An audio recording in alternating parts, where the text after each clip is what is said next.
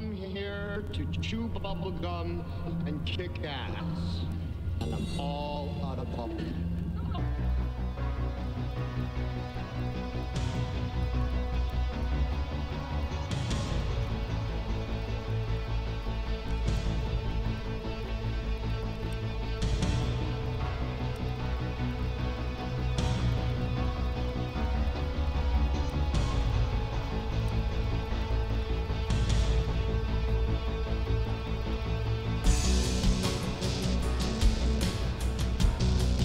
Ladies and gentlemen, boys and girls, children of all ages, welcome to the Bloviating Zeppelin's Berserk Bobcat Saloon radio show, live and direct on the SHR Media Network, where I am broadcasting currently for the late night radio version.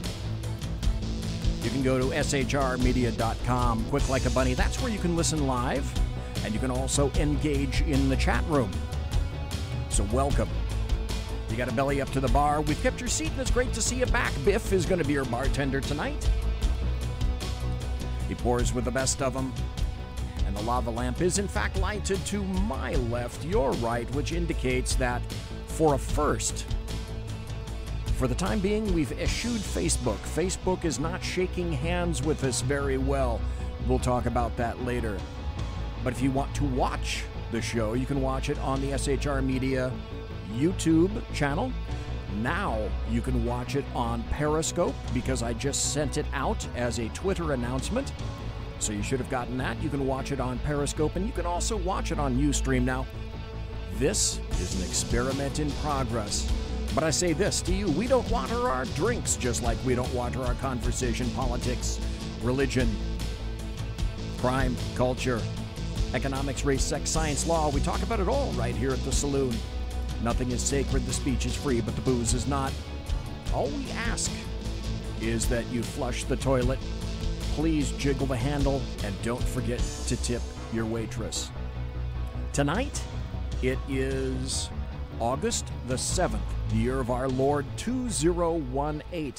August 7th already. Where has the rest of the year gone? Bye-bye. That's exactly where the rest of the year has gone. And as I alluded to earlier, we have something new now. We've discovered that in the past two shows last week, actually all shows last week, we could not simulcast on Facebook. And I was getting all kinds of weird error messages on Facebook, and it was turning out that apparently Facebook and XSplit, which provides the video that if you're watching, you're seeing right now in the studio. Apparently XSplit and Facebook are having a bit of a tiff these days, since it would appear that Facebook is having a bit of a tiff with damn near everybody and the rest of the world. And again, like I indicate, we'll get back to that. So we're simulcasting on YouTube because YouTube is still being compliant. We're trying something new tonight. This is the very first time that SHR has tried this.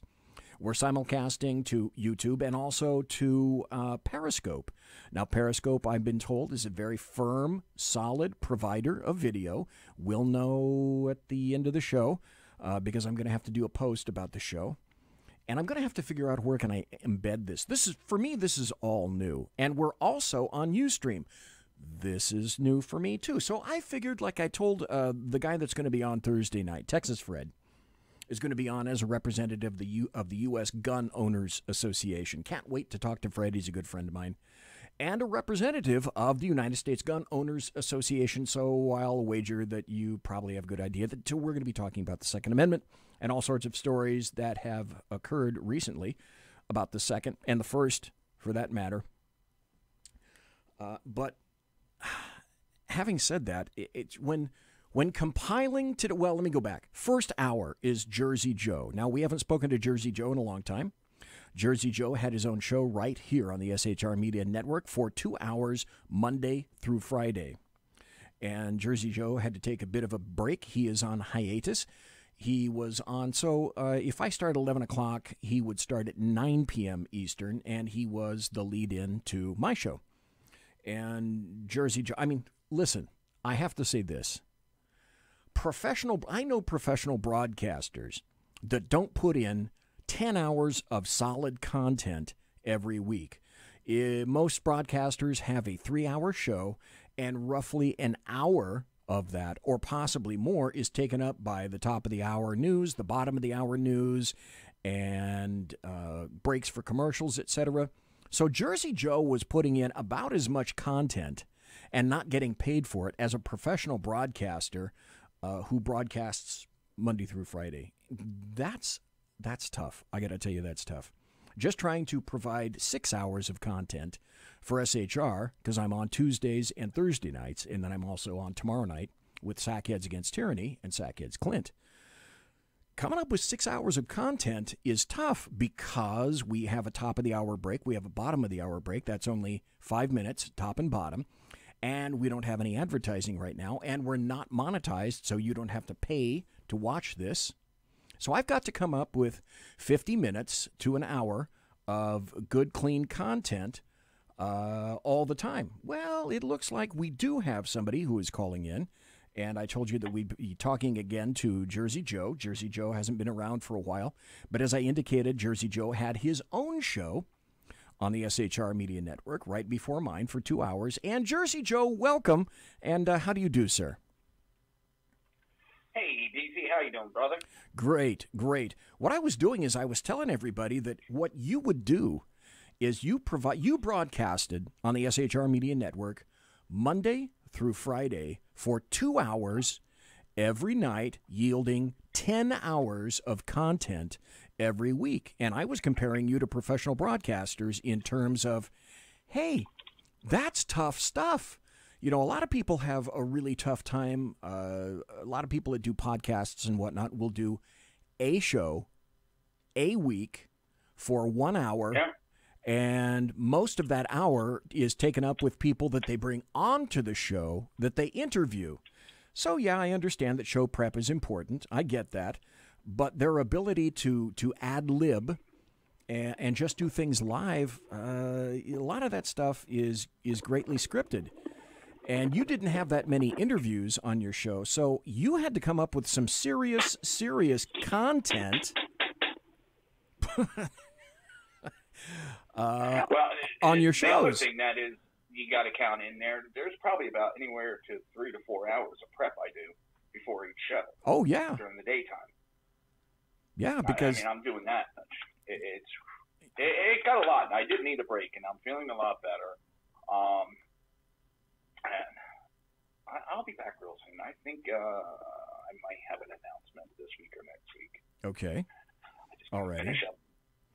I'd like to say hello to everybody that happens to be in chat right now. We've got Joe in chat himself. We've got Mary Brockman. We've got Jan McKillop, Whiskey Dale, and Dave Milner. Welcome to everybody who is in chat. And Dave, as Dave says, show prep is a bugger. Because if you think that Jersey Joe just walks in and sits down in front of a microphone, no, that doesn't happen. And BZ doesn't come in and sit down right in front of a microphone and things just roll off perfectly and all the audio cuts are set up and all the stories are... No, it doesn't happen like that. It really doesn't. You have to treat it. You have to treat it like a job. Because it is kind of a job. It turns into a job. It really does. Yeah, and if you... If you're not up to snuff and if you're having a bad night, it shows. If your show prep sucks, it shows. If you're not enthusiastic, it shows. If you're technically screwed up, like I am frequently wont to be with regard to the telephone, it shows. However... it'll ruin my show when I have a technical issue at the beginning. Anywhere, when I have a technical issue, I mean, it just ruins the whole show from there. I'm in a pissy mood the rest of the night because I try to be a perfectionist, and I know I do, and I know I don't hit that mark anywhere near as much as I'd like. But once you have that one mistake, it's like your whole show. It's like waking up late for work. Yeah, the rest of your day is just off.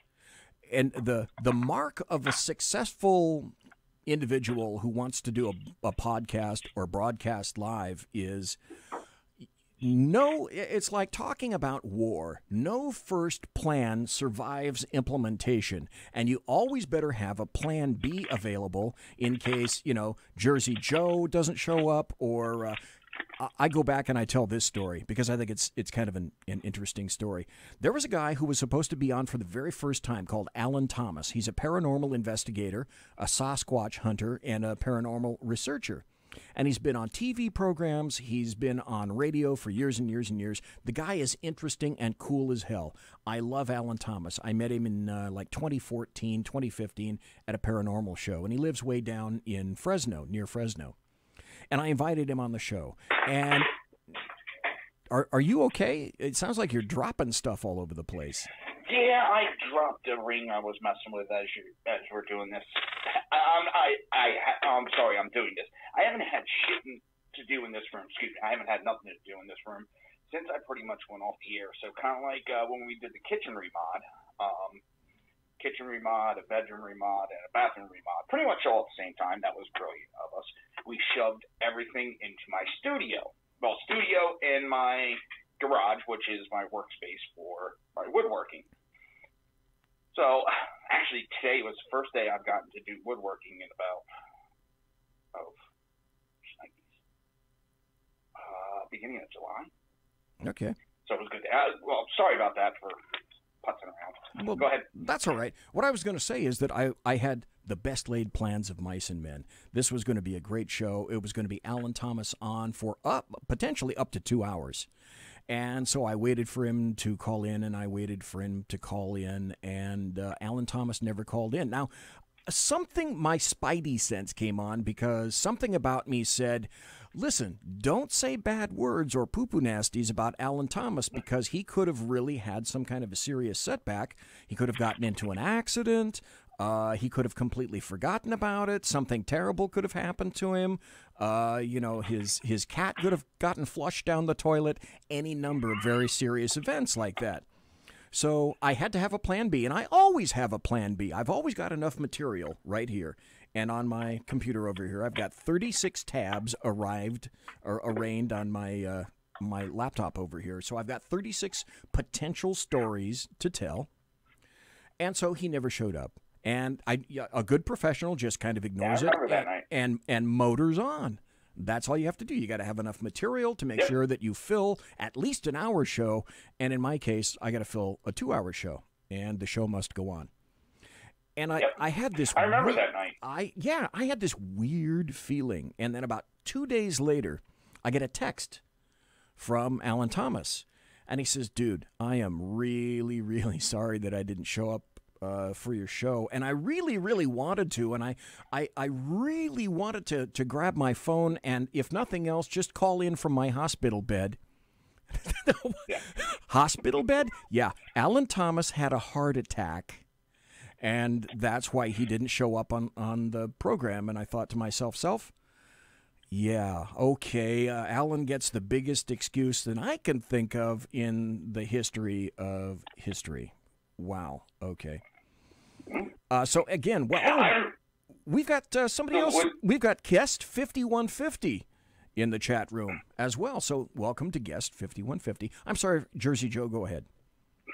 Oh, no, I was going to say, I remember one of the first live shows I did was an interview with Chris Peranza. Oh, how cool would that be? That would be way cool. As a matter of fact, I have a photograph of you with Chris Peranto. Yeah, except I don't know if it was the hotel internet or what, and it just, the audio coming from him was real bad, and I was like, oh my God, I'm trying to work on it the whole time we're doing the show, and it just threw the whole show off. And I still had the guts to get back on the air again. I don't know. Maybe I'm not the smartest. Well, anyway. Yes, Chris, K-R-I-S. Right, Chris. Mary was asking. Yeah, and for those who don't know, Chris Peranto was one of the survivors of Benghazi. And he was one of the survivors who went against Hillary Rodham Clinton and said, by the way, Hillary, you're lying because, as a matter of fact, we were told to stand down in Benghazi, and you're not telling the truth. Along with, I think, there were at least 3 other persons that were with him that went on a talk show circuit. And Mary There was him, Mark Geist, John Teagan. Yep. And it was just those three that pretty much made the circuit for a while. There is another one that's come out. I don't know his name, sadly. He stayed in hiding because he was still working for the CIA when the book came out and all that.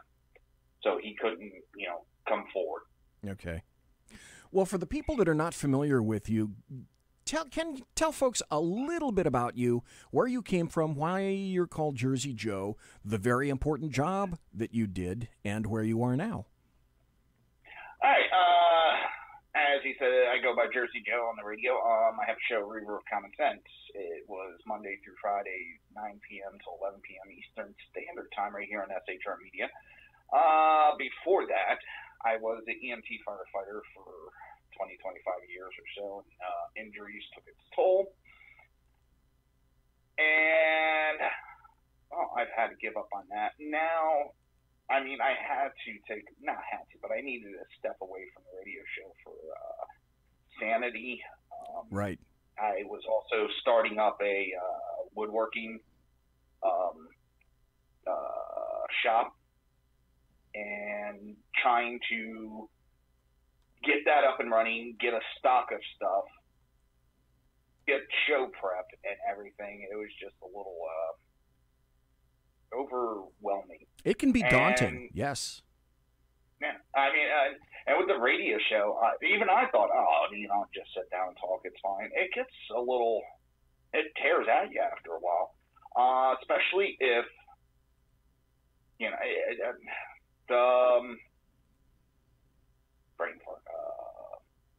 the primaries for the presidential and the run-up to the presidential election was actually very tough on myself.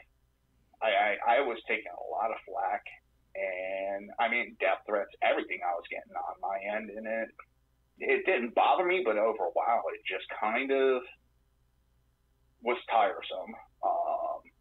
Kind of doing a show and almost saying the same thing over and over again, and why it wasn't that I wanted to repeat myself. It's on the news, and it's the same crap over and over again. We still have it now. Russia. It's the same shit that keeps going from the Democrats. They have nothing else. And it kind of, so I had to take a little break and get the woodworking done, get that up and running.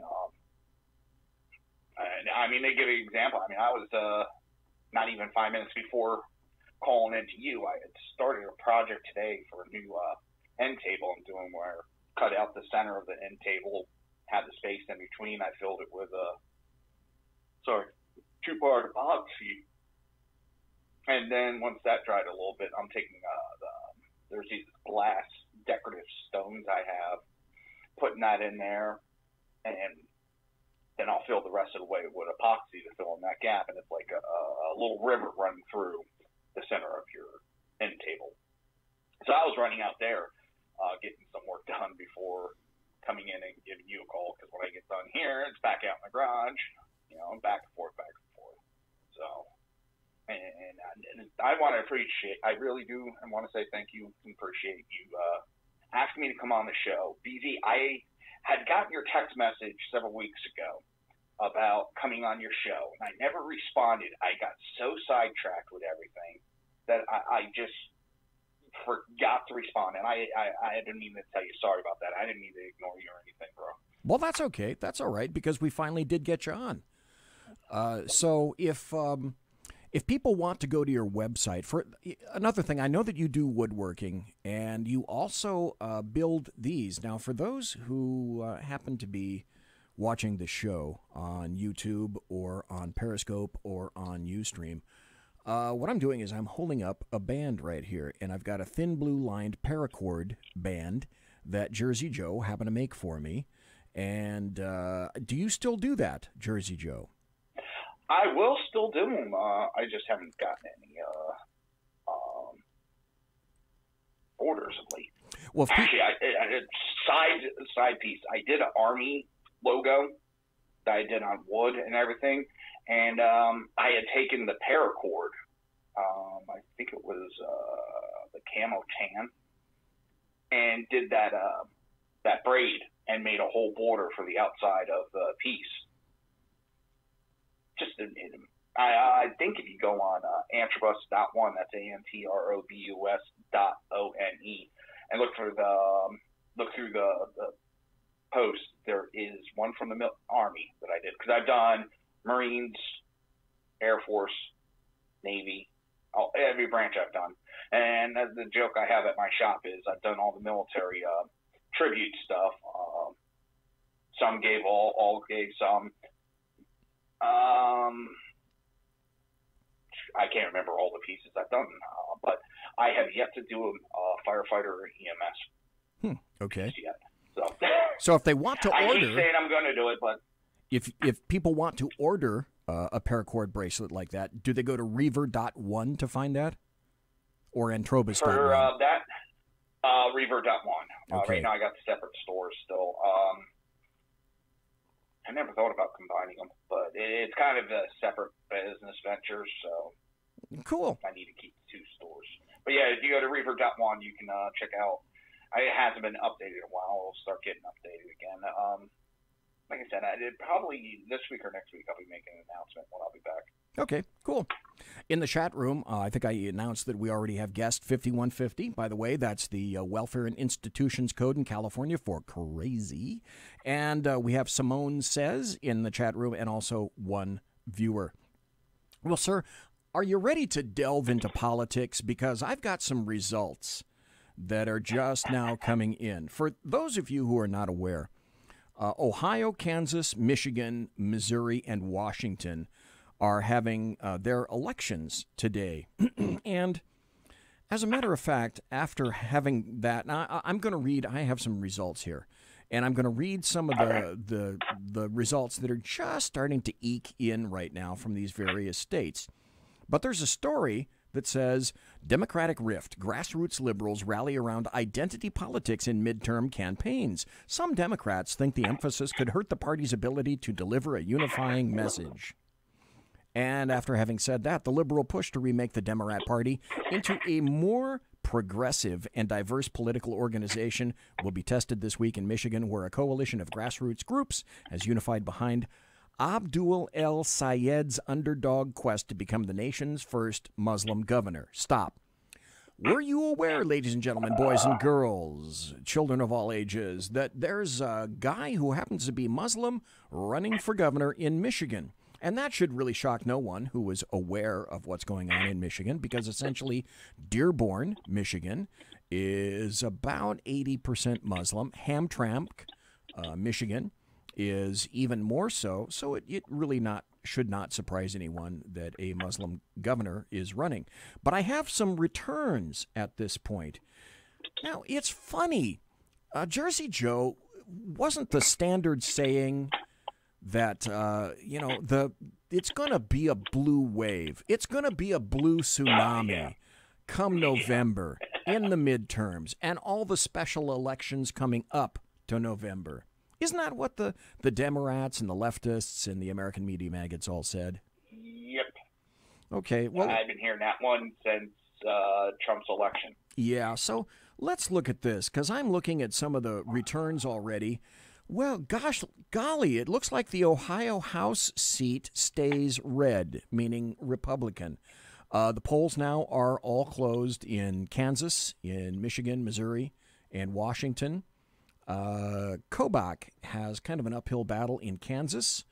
This I found very, very interesting, other than Republicans held Ohio. I'm very glad of that. But remember that little 28-year-old Democratic socialist named Alexandria Ocasio-Cortez, and she's the new view for the Democrat Party. I mean, she's it. She's why everyone now is deciding that socialism for the Democrats and on the left, that's where it really is these days. Here's a little update. Socialist star Cortez strikes out. All endorsed candidates, that is to say, all people that she endorsed, lost in Tuesday's primaries. That's so sad. I'm I'm so sorry well, about also, that. Isn't it funny that Obama did not endorse her? Yes. Right over her? Yeah, I read that last week, that he came out with his list of like 60 to 80 endorsements of who the great anointed one said, "Huzzah, huzzah, I bestow good tidings upon thee." Wow. He didn't bestow good tidings upon the Democrat socialist. Nope. That's kind of weird. He ignored her. Well, the story about that goes, I call her AOC. So AOC's record on Tuesday night for her chosen primary candidates was as bare as a Venezuelan supermarket shelf. The socialist pulled off a stunning victory last month in New York and is now attempting to parlay that win into helping other leftists win Democrat primaries. Imagine that. But Cortez held a whirlwind tour. She was there herself personally. And she was stumping for that great guy, Abdul al-Sayed, for governor of Michigan. She was stumping for Fayez Saad in Michigan's 11th congressional district. She was stumping for Cori Bush in Missouri's 1st district. And she was stumping for congressional candidate, I think it was Kamala Ng in Hawaii. Oh no, this is sad, Jersey Joe. Would it make you cry tears if I were to tell you something similar to, unfortunately, El Sayed lost his bid for the Democrat nomination for governor? Although it wasn't that entirely far away, which is kind of concerning. 50.1% to the winner, to his 34.6%, and that's according to the New York Times. And that other guy who was coming in for the 11th district in Michigan, he came in 4th in a 5-way race, and he captured 20.1% of the vote. And the other person, Cori Bush, lost her primary to William Lacey Olay, 62% to 30%, and the New York Times also says that. So I find that illuminating and just a bit insightful that the grand savior of the Democrat Party turns out not to be quite such the grand savior. Any thoughts about that, Jersey Joe? We got about 2 minutes before the bottom of the hour break. Well, I find it funny that a lot of the Trump back candidates won. Yeah. But the socialist candidate didn't win. Yeah. I think the American people are speaking very loudly, but the problem is the Democrats are so deaf they'll never hear it. Well, see, that's the point. Are they listening? And we should know. The Democrats? No, they're just too dumb, and they like listening. They like listening to their own voice, and they've gotten so used to it that they actually have started to believe their own bullshit. Yes. It really, they're believing their own bullshit too much, and they can't get it through their heads that the American people have woke up. And I've been saying it for a while because I have my parents that are all scared. My mom's all scared, and where I have my shop is it's called Big Top. It's a flea market, and I have this great couple 2 doors down from me, and me and my wife are always down there talking to him. 92-year-old World War II vet. And both him and his wife, they call themselves the adorable deplorables. Oh, but I like that. Asking me, I like that. I know. Sunday she was asking me what I thought because she keeps hearing the blue wave, the blue wave, the blue wave. I don't think this blue wave could get my toe wet. Well, tell you what, we got to take a break. We're at the bottom of the hour break. We're going to come back, and I want to talk. We're talking, by the way, to Jersey Joe Antrobus, and he was on the SHR Media Network. He's going to have an announcement sometime later on this week. I'll leave that announcement up to him. I'm not going to Bigfoot his own announcement. But when we come back, I want to talk about to Jersey Joe about what he thinks may or may not occur in November. And then I want to go sideways just for a second because there are a couple of very interesting sports stories that just came to my attention.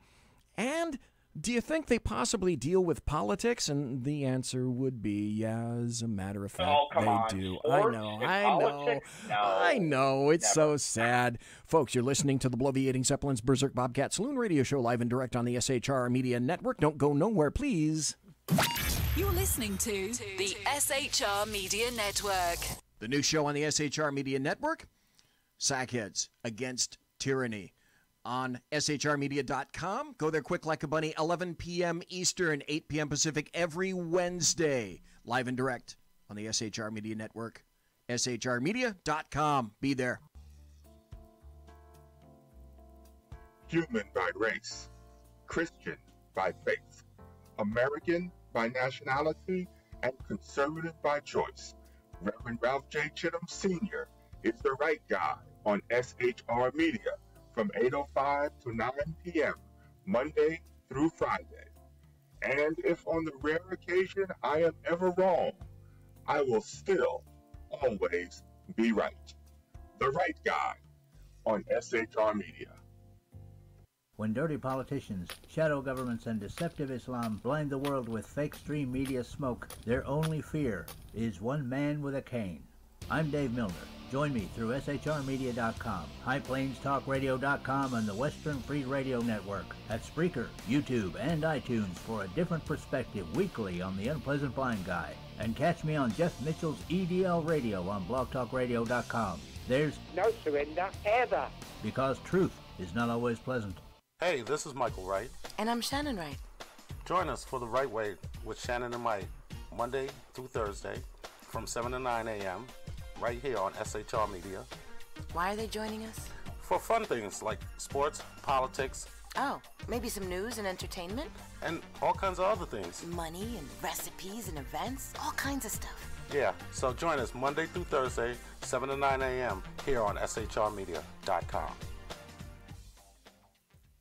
Hey, who's going to take Sean's chair?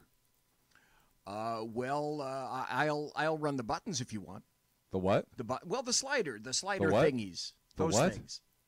We have those? Yeah, right over there. Where? It's on the board. That damn technology. Fucking technology. I know. What are we going to call it? Call what? The show. What? The show. What show? The new show, Wednesdays. Every Wednesday on shrmedia.com. 11 p.m. Eastern, 8 p.m. Pacific. Sackheads. Against tyranny. There you Against go. tyranny. I like that. Let's do it. You guys are porked. Hello. I'm Tim Hart. I'm the guy BZ hires, due to his shameless contract with the SHR Media Network, to voice his promos. He'd like me to tell you that the Bloviating Zeppelin's Berserk Bobcat Saloon radio show can be found on SHR Media Network, Spreaker, and YouTube every Tuesday and Thursday night at 11 p.m. Eastern and 8 p.m. Pacific, featuring right thinking from a left brain and doing the job the American media maggots won't. You'll find that the speech is free, but the drinks are not. There, in the saloon, just when safety pin manufacturers are running out of metal for the diapers of the leftists, BZ is sending his personal drones of freedom into the wheelhouses and ossicles of lovers of sovereignty and liberty nationally and globally. Broadcasting behind enemy lines in occupied California, BZ swears that no rights were harmed in the making of this promo. It's your business diva here, Melanie Collette. I am inviting you to a front row seat as I discuss some of the most intriguing details of wealth and finance with today's movers and shakers in the world of business. Listen in and discover financial truths on a global, domestic, and household scale. Uncover topics that will impact your wallet today and in the future.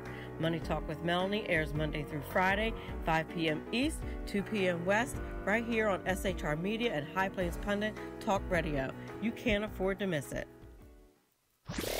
Conservative media done right. You're listening to the SHR Media Network.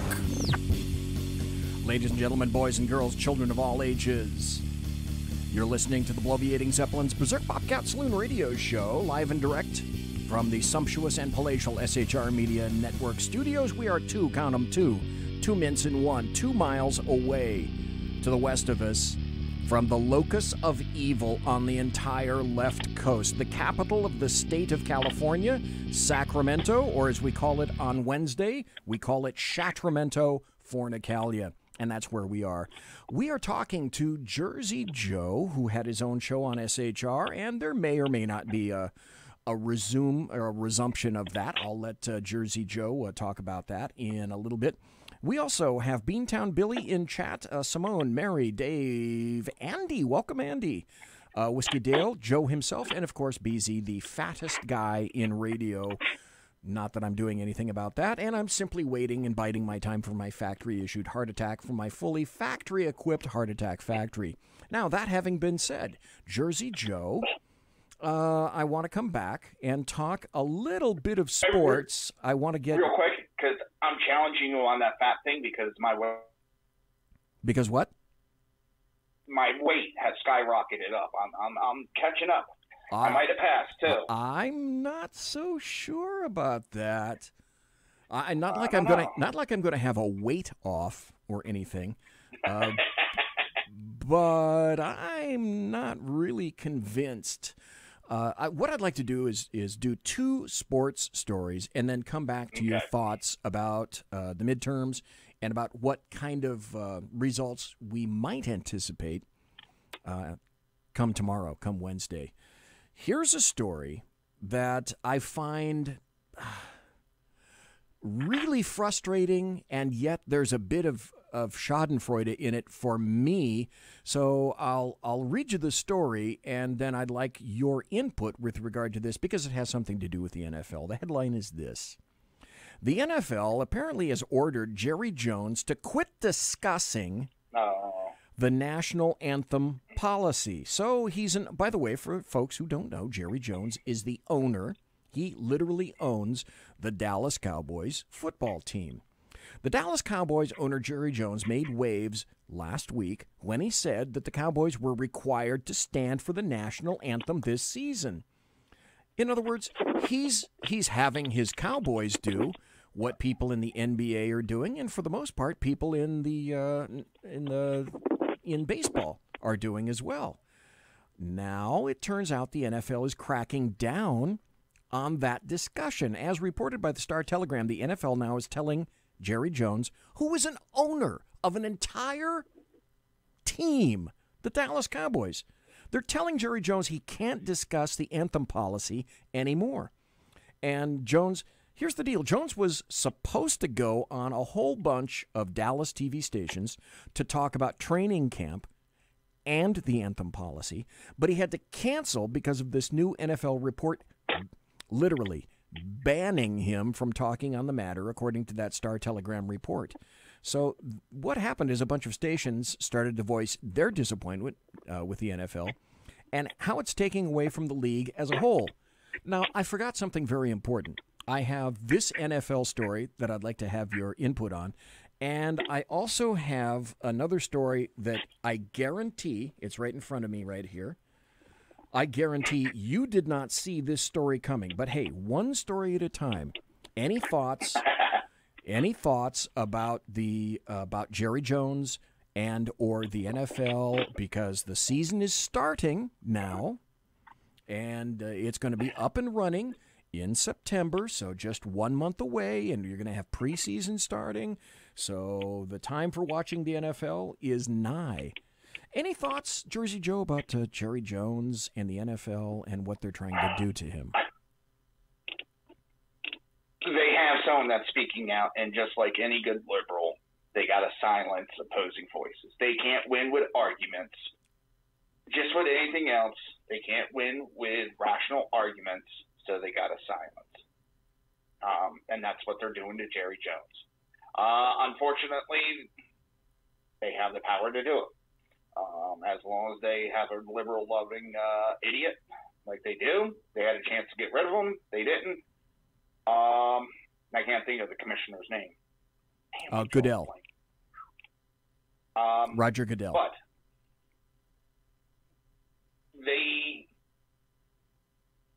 they don't like what he's saying. They don't speaking what a majority of the country is thinking. They got to squash it. They got to squash it because if people know the truth, they won't be able to push their lies to silence other people. And that's what they're doing in football and in politics and in this country. Let me throw this out there, and I'd like your response to this, too. I think that this is going to... Okay. Oh, much better. Were you on a speaker phone? Because if you're closer now, closer is always better. All right. There we go. I'm having an issue with my phone in the plug. Okay. In any event, what I'm saying is that I think this is going to be the make or break year for the NFL. After 2 seasons of putting up with this crap, myself and a whole host of other people have gotten out of the habit of watching on Sundays, and certainly on Mondays. I'm not really a watcher of Monday Night Football, and Thursday Night Football, as far as I'm concerned, can go straight to hell. Well, I'm doing other stuff on Sundays now, and it appears that they're going to keep this up. And probably what's going to happen is like last year. The ratings that they're going to get is people watching their home team / whatever team they're fans of. I didn't watch NFL except for Eagles games, a few Eagles games that were broadcast. Okay. I'm a bad person, but I think that's what you're going to see, and it's going to get worse with their viewership.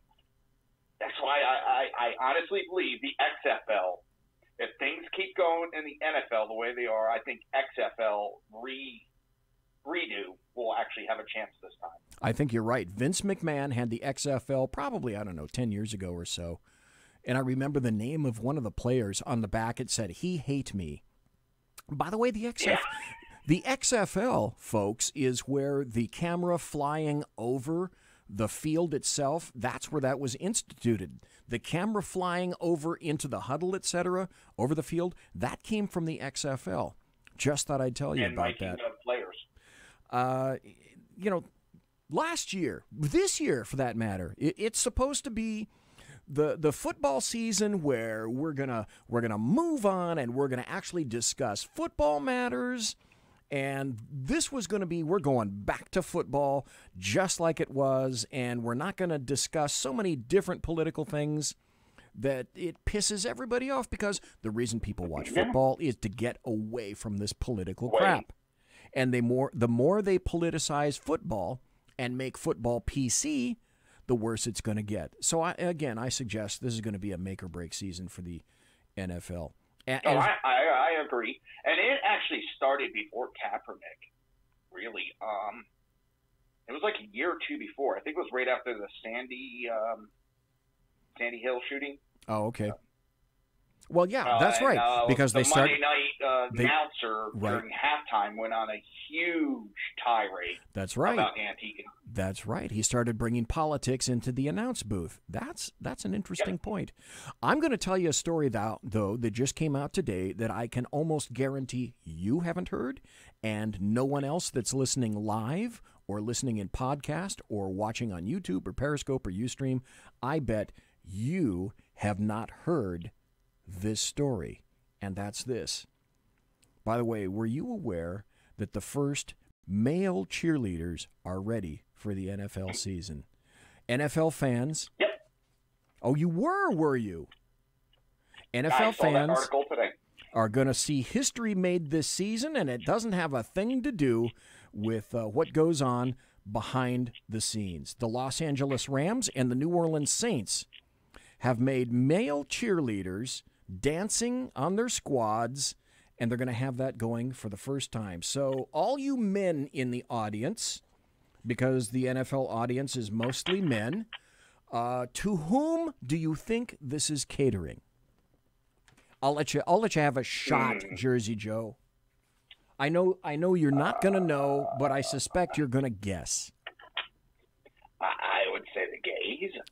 Possibly. But okay, all right, but NFL's not the first one to do it. NHL tried this 2 seasons ago. Huh, did it work well? Oh, no, they got taken off. It was like 2 or 3 games into it. It was so unpopular, they had to yank the male. Because, you know. That go out, skate, and clean the ice, and, you know, all that. And they had guys, and, that went over like a fart in church.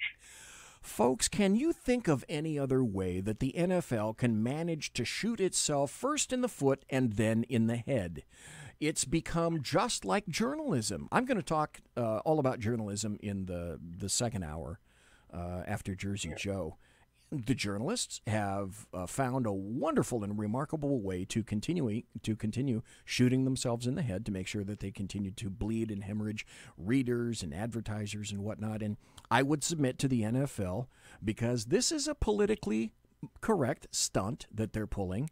And most of the people, let's ask most of the guys, are you really interested in watching male cheerleaders? I myself am not, but I know from whence this came. So it's like the NFL is now an official parody of itself, just like leftists now are an official parody of themselves, and the American media maggots now are an official parody of themselves. So, woohoo. Can I just interject real quick? Oh, sure, of course. Did you know the new Batgirl will be a lesbian now?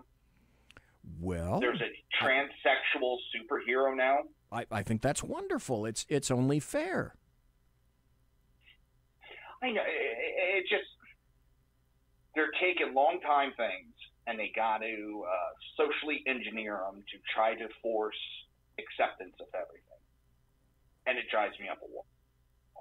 Listen, I don't care what your sexual orientation is. I really don't.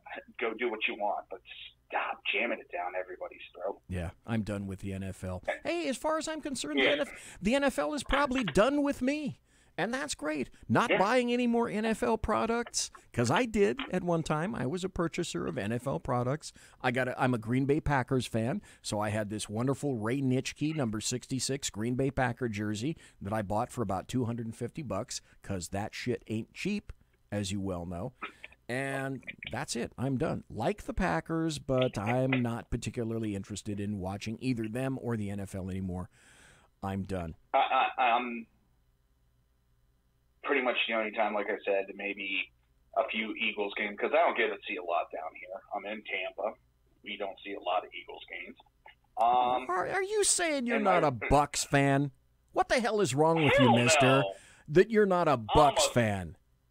Well, I was originally born in Levittown, Pennsylvania, which is about 15, 20 minutes east of Philadelphia. Oh, that's so wrong. My dad was raised in Morristown, so he was a solid Philadelphia fan also. So that's, I'm a Phillies, Eagles, and Flyers fan.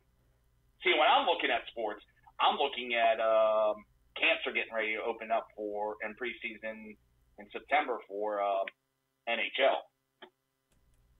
Okay, so is that your new go-to sport now, NHL? Oh, that's been. I've actually always been more NHL than football. Always. Because you know what, I'm migrating. I think it's actually better sport. I'm migrating over to NASCAR. I haven't been a real NASCAR fan because it's like, put your foot on the throttle, turn left, and that's a little bit too simplistic for me. Did you hear the news out of NASCAR? No. What's that? Brian France just stepped down as CEO. Okay, what does that mean? Well, he's the one that's been kind of changing everything in NASCAR, but he had to step down. He got arrested in New York. Okay, you just cut out. And they found drugs, and he got a DUI and all that stuff. So he got busted in New York City for drugs. Oh, that's sad. Well, because I'm not well versed in NASCAR. Is that a good thing or a bad thing? I think it's a good thing. The guy was the one that was changing all the rules every year, changing everything about NASCAR. NASCAR is not what it used to be. My family, we kind of phased away from NASCAR. It's changed so much from what I grew up on that it's nuts. The point system and playoffs and I don't know.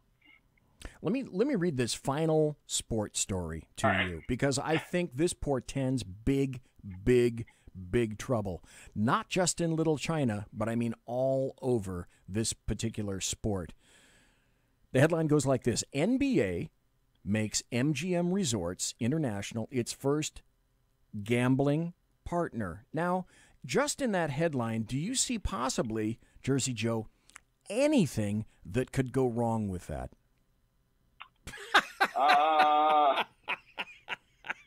Jesus. I I saw that kind of coming from a distance. God. But yeah, I see a major issue coming up with that. Like, the league's not going to get corrupt with power. No. You won't have people trying to throw games or anything like that. Not like it's already occurred in baseball. So the NBA announced. I am so cynical. I'm sorry, I'm so cynical. Well, listen, history is what you are. I don't call myself a cynic. I call myself a realist. Because as George Santayana has said, those who don't remember history are doomed to repeat it. And the story goes, the NBA announced last Tuesday that MGM Resorts International are going to be the league's official gambling partner. The first partnership of its kind with a major sports league in the United Snakes of America. The partnership is the next step in the process of betting become an accepted part of the sports culture in the United States after decades during which the major sports leagues shunned any official association with gambling. This year, the Supreme Court struck down a federal law that effectively banned sports betting in most states, paving the way for major changes to the sports business in this country. So apparently the NBA decided that, hey, dude and dudettes, we're getting in first. We're going to jump both feet from the NBA into the MGM Grand International, and we're getting into sports betting first before anybody else does. Like I said, I don't see any problem with that. Do you, Jersey Joe? I mean, come on. That almost just screams of... here we go. It's just going to give us more to talk about. Well, it will. It'll be great fodder. We got about 7 more minutes left. And if I could, I'd like to have your thoughts on what you think may occur when we get the results tomorrow morning about the voting that occurred today in, let's see, it was Ohio, Kansas, Michigan, Missouri, and Washington. So I'd like your thoughts on that. But also, what I'd kind of like to wrap up with is your thoughts this coming November, and if you have any inkling one way or the other where the ship may roll, the ship of state, where may it roll? Hey, well, most of the voting that took place today was primary, so it's kind of hard to go off of that. But it was nice to see that all the people that socialist backed lost. That, to me, is that's great. Screams. And most all the Trump backed candidates, primaries are primaries. The numbers are,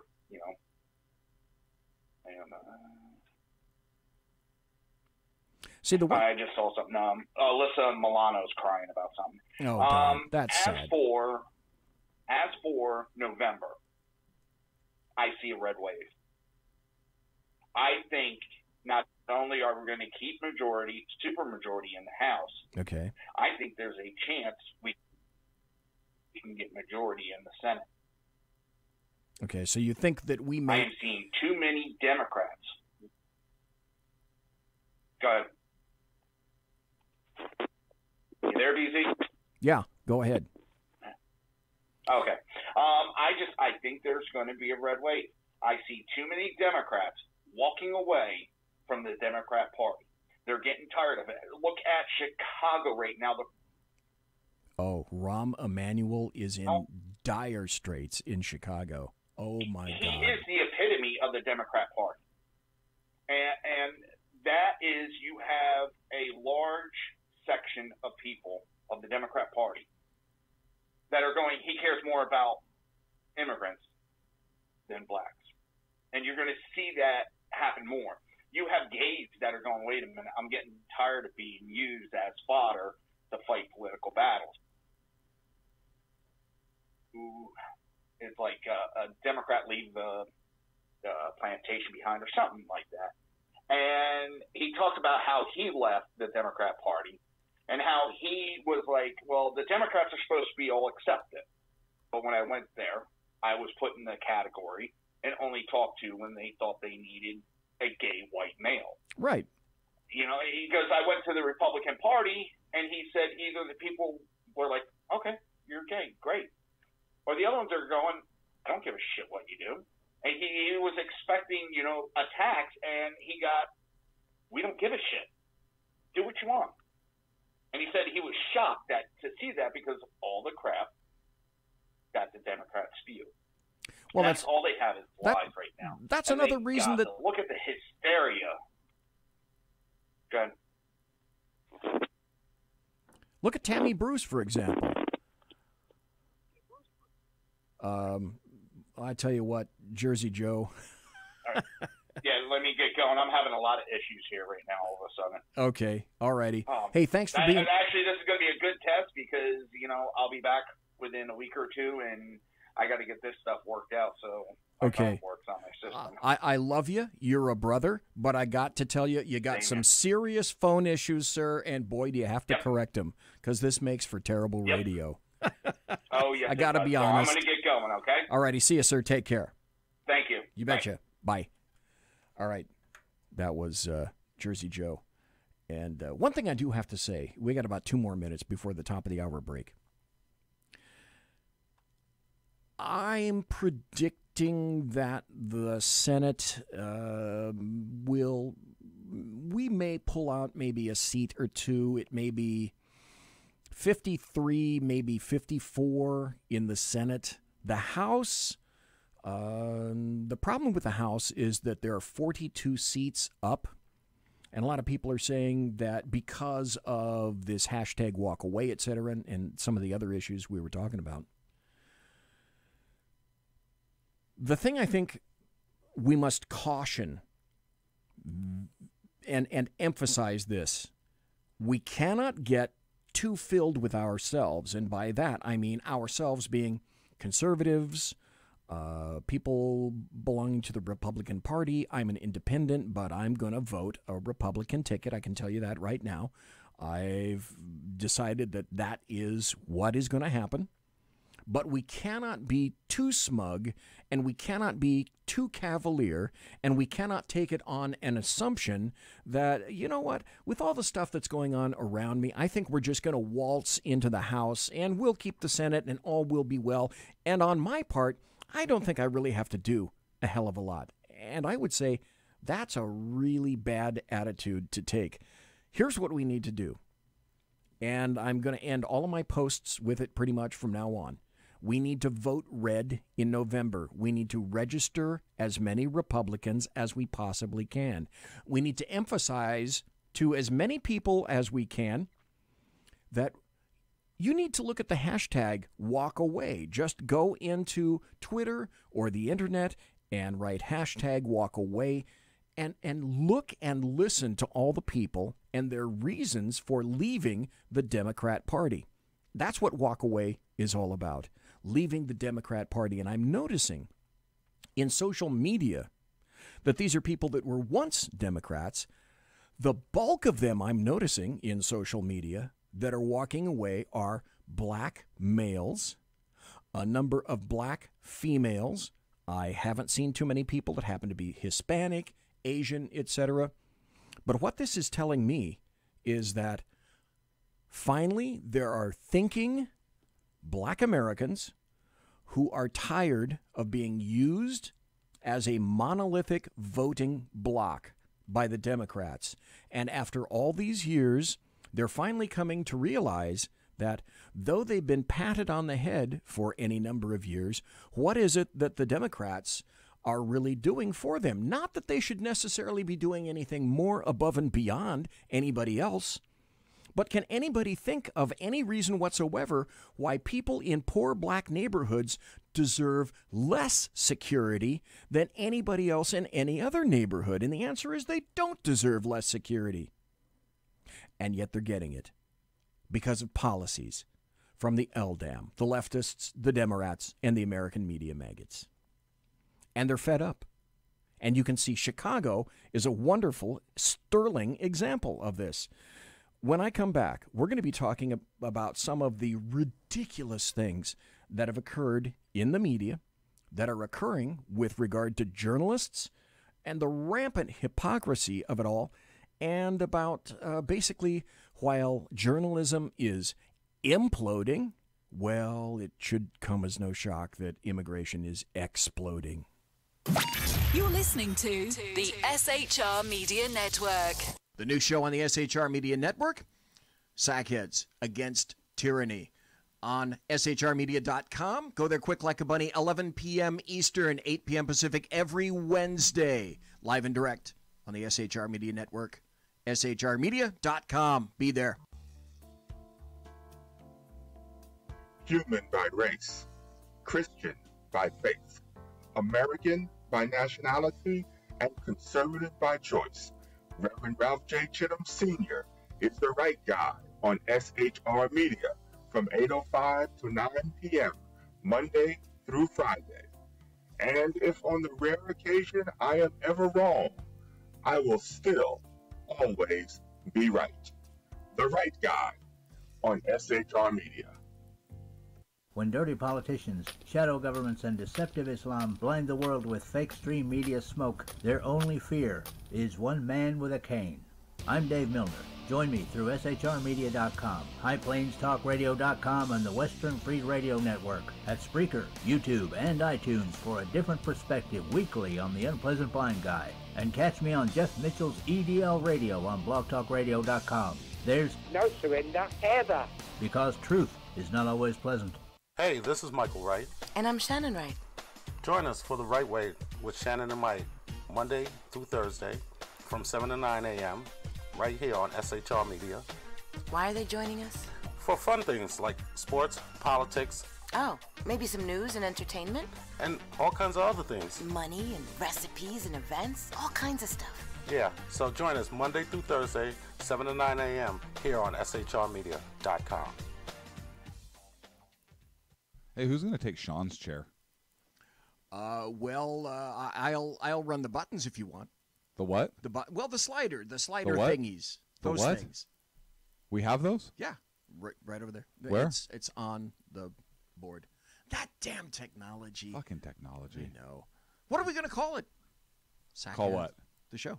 What? The show. What show? The new show, Wednesdays. Every Wednesday on shrmedia.com. 11 p.m. Eastern, 8 p.m. Pacific.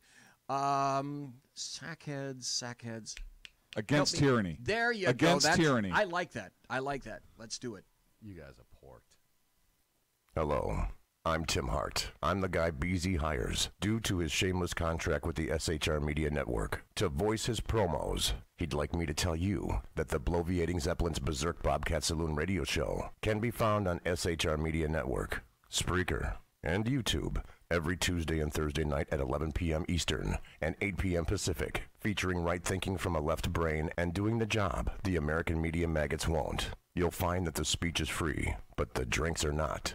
There, in the saloon, just when safety pin manufacturers are running out of metal for the diapers of the leftists, BZ is sending his personal drones of freedom into the wheelhouses and ossicles of lovers of sovereignty and liberty nationally and globally. Broadcasting behind enemy lines in occupied California, BZ swears that no rights were harmed in the making of this promo.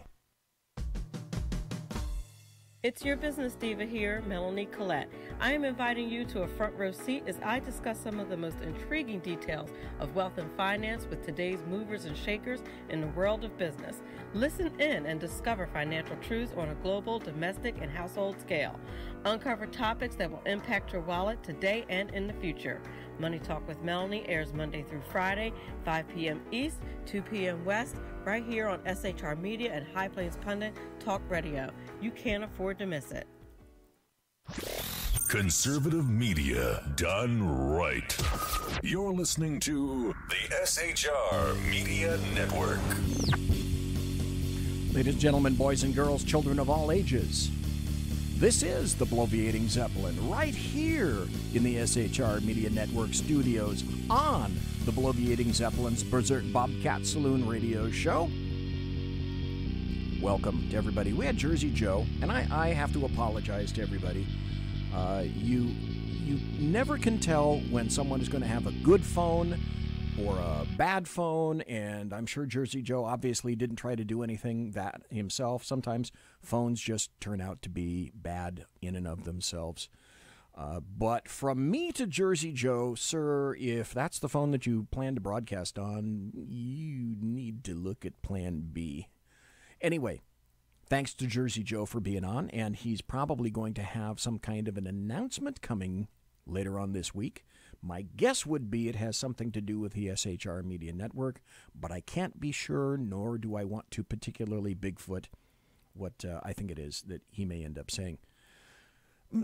And now, because it's the kind of thing that you expect from BZ all the time, I think it's time for some happy stories, don't you? It's time for happy stories and good times. And here's a happy story. Concealed carrier takes down gunman at Florida peace rally. A concealed carrier critically wounded a man who opened fire at a crowded peace rally Saturday afternoon in Titusville, Florida, police said. The suspect got into a fistfight with another person at the Peace in the City rally. Anyone find a little irony in that? And back to school event at Isaac Campbell Park, returning later with a gun, police said. The suspect started shooting just after 5 p.m., and an armed bystander returned fire. Remember, this is Florida. Shooting the suspect in the head, police said. That's gotta hurt. The suspect, who police have not identified, was airlifted to an area hospital with life-threatening injuries. Florida Today reported no other injuries were reported, which is good. Always good. Very good. Authorities said no charges were expected against the bystander, who was licensed to carry a firearm and was fully cooperative with investigators. We are extremely grateful that nobody else was injured in this incident, Titusville Deputy Chief Todd Hutchinson said in a statement. This suspect opened fire in a crowded public park. This could have been so much worse. And here's what leftists don't get. And I'm going to say it until I'm blue in the face. And everybody on the right is going to say it until they are blue in the face, and that's this. It takes a good guy with a gun to stop a bad guy with a gun. And it's as simple as that. Now, this is a happy story because I'm noticing a little bit of a trend. It's not a big trend. It's not a huge trend. But Kamala Harris the other day was a pretty big illustrator of this trend. And I noticed she happened to say she was making negative references to identity politics, which is what the Democrats have been playing for years now, for 8 years under Obama, that's for certain. But she's not too keen on the phrase identity politics anymore, so she's trying to remove that from the Democrat psyche. And I think there's a very salient reason for that. She is sufficiently politically aware to realize that to continue to wrap everything in the Democrat atmosphere around identity politics. So if you eliminate, apparently she thinks if you eliminate the phrase, well, she's a leftist, so of course this is what she thinks. If you eliminate the phrase identity politics, then I think that tends in her head to make everyone else realize, well, we're not doing identity politics. That's just not happening anymore. And the reason for that is because Kamala Harris says we don't do identity politics. Right. So I think that's a little bit of a trend. And I think you'll see this trend begin to build because the Democrats are having a massive battle internally. Woohoo! Huzzah, huzzah. I've been waiting for this for quite some time. Because you have a big element of the Democrat Party that is saying, go left, young man, go left, and young woman, and young Z and Zem, and 53 other genders, who I couldn't begin to name, and quite frankly, I don't give one rolling shit about. There are two genders, period, end of statement, male, female, and if you're not sure of that, see my previous statement. There are two genders, male and female, and that pretty much sums that up.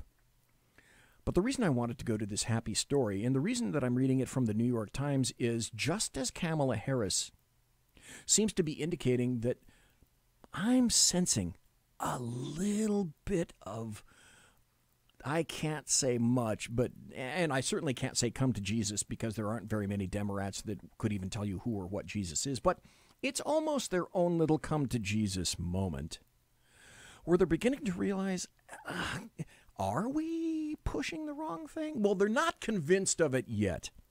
Certain persons may be, and certain people may be. And I'm going to read this article to you under the aegis of happy stories, because specifically It's from the New York Times, and it's from an author that leans left, and you know the New York Times leans left. And I'm reading this because, yeah, there's a lot of digs in here about Donald Trump, but it's the headline that caught me. And I sort of have to ask you, are the Democrats starting to catch on just a little bit? I don't know. You're going to have to answer that question. I know my answer. Here's the article by Andrew Malcolm. It was published today in the New York Times under the op-ed section. Here's how, listen to this. This is why it's a happy story.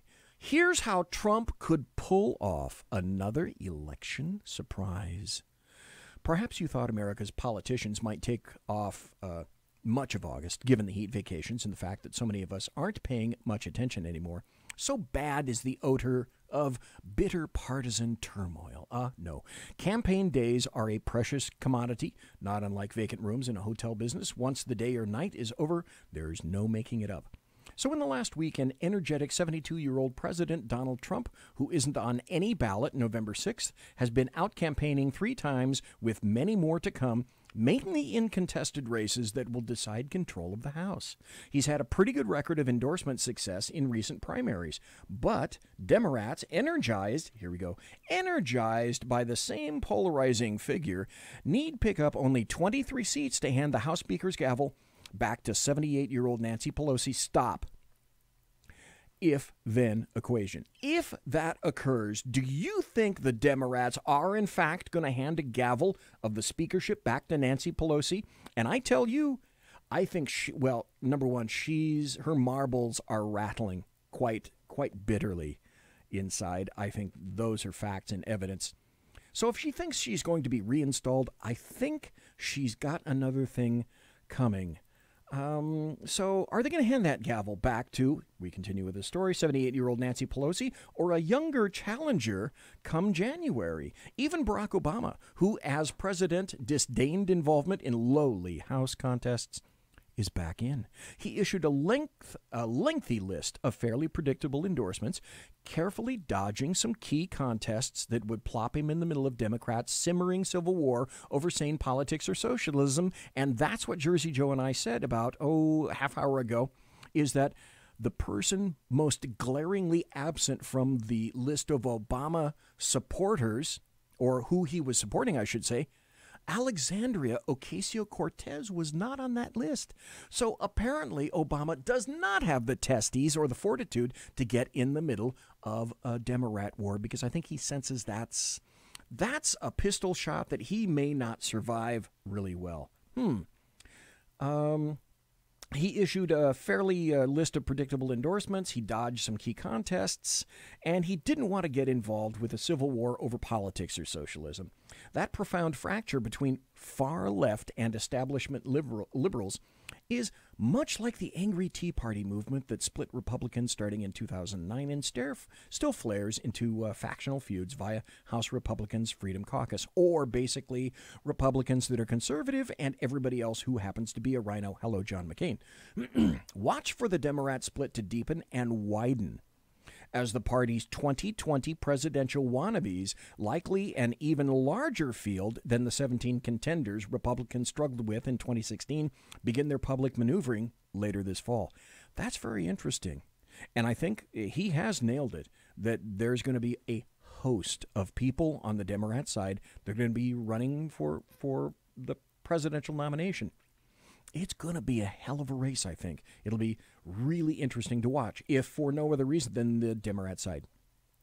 Continuing with the story, Democrats talk about their big tent enfolding many species of liberal. They all agree Trump has to go. The internal wounds will come when their primary debates stray into policy areas stretching far beyond standard liberal orthodoxy. Isn't that what a lot of people have been saying for a while now? Particularly since the advent of AOC. For instance, the recent upset House primary winner in the Bronx, Queens, wants to end capitalism. That's AOC herself. The party's deputy chair wants to ban all political donations and says that national borders create injustice. Think about that for a moment. It's like Bernie Sanders saying that he doesn't want to have anything to do with donations. And other people's, the deputy chair wants to ban political donations. Where do you think you're going to get the money, you stupid shit? We need more of that. Okay, this is BZ just weighing in, right? Okay, all I'm doing is opining. More realistically, what about abolishing ICE and leaving the border unguarded? How will that play in the frustrated traditional Democrat districts across the heartland where Trump unexpectedly triumphed? Democrat members and their leadership are dangerously concentrated on the coasts and in the geriatric set. Geriatric set? I'm not convinced of that. Take a gander at me, folks. Trump knows well what's at stake and the odds against him. Ambitious committee chairman in a Democrat House could block his legislative agenda. That would provide a priceless obstructionist foil for Trump's 2020 re-election. But those same chairmen with subpoena powers could also ignite countless investigations, even impeachment. Here's the electoral reality for Trump. The midterm electorate is usually about a third smaller than in presidential elections and usually packed by people with a gripe. Okay, historically, he makes a good point. That has been true. Reality number 2. The president's party has lost seats in 18 of the last 20 midterms with an average loss of 33 House seats. Okay, I said 42. I'd have to go back to look to see which one is correct. It takes a large special event to change that. In 1998, Bill Clinton's Democrats gained 5 House seats when the GOP overstepped with impeachment. In 2002, George Bush's GOP gained 6 seats in the 9/11 aftermath. Now, in 2006, Republicans lost 30 seats in House control. In 2010, Obama's Democrats suffered an historic 63-seat loss after the forced passage of Obamacare and a fizzled job stimulus package, with another 13 seats gone in 2014. That's called a clue, but apparently, not apparently, quite truly, Democrats don't learn from history. They have what I call BZ's historical Alzheimer's. Absent some major news event like, say, a damning special counsel report, which won't occur, by the way, just a little bit insert of BZ there, what can Trump do in the next 13 weeks to at least mitigate GOP losses? First of all, will Trump's so far loyal base show up when his name is absent? Obama's never did. Now, Trump is solid with about 9 of 10 Republicans, but those 2016 voters who handed him the electoral votes from Pennsylvania, Michigan, and Wisconsin, for example, are not Republicans. Standard Democrats seem unlikely converts. Next week, I'm going to have a good portion, probably the entire first hour, I'm not sure which day yet, Tuesday or Thursday, simply about the hashtag leaving the Democrat Party, basically. MoveOn.org. Get out of there. So, and I'm going to tell you all about that hashtag and what it means. Standard Democrats seem unlikely converts. Yeah, as I indicated, which leaves those crucial swing independents. Like me, I'm kind of a swing independent, but you have a pretty good idea where I'm going to be going, I would expect. Right now, they're unsure about him and his behavior with reason. We'll see. Thanks to the large tax cuts and regulation slashing, among other things, Trump has a golden argument to make. In fact, Gallup recently found American satisfaction with the country's direction at a 12-year high. Now, a lot of people say bad things and good things about polls. I can't say that I believe them, but I look for trends in polling. And I don't believe in the strict numbers, because my job, and I've been polled 3 or 4 times, my job when somebody happens to corner me for a poll is BZ's poll axiom is this: never tell the truth to pollsters. Ever. So with that in mind, would other people be talking to pollsters in a similar fashion? I don't know. You do the math. As Trump promised, the desultory economy that limped along during the Obama reign of error, I could say the Obama reign of terror, is now expanding beautifully at a 4.1% annualized rate at last report. Also, by the way, as an insert from BZ, some polls have Trump up to 50%, a 50% approval rating, which is higher than Obama had at this point in his presidency. That would be a ponder like, how does that happen? Business investments and consumer spending are up. Millions of jobs have blossomed. Unemployment has dropped to 3.9%. Even more sharply for blacks and Hispanics, another Trump promise kept. Damn that Trump. The president talks about these impressive achievements often. We've really produced, he said in Ohio the other day, the economy is booming. A strong economy touches virtually every home. So why don't Americans credit the president? The reason is Trump himself. Through abrupt firings, outrageous statements, or tweets, this president routinely muddies his own messages. You know what? I can't particularly disagree with that. Trump can frequently be his own worst enemy. But I've gotten to the point where I've been dragged kicking and screaming into this category, which is deeds, not words. I am now a results guy, and I will predicate my vote on results. And as far as I'm concerned, you know who's a results guy these days? Donald John Trump, the guy with the dead orange cat on his head. Many self-important media members are only too happy to write about any controversy instead of boring good news that might help the man who calls their life's work fake news. Stop.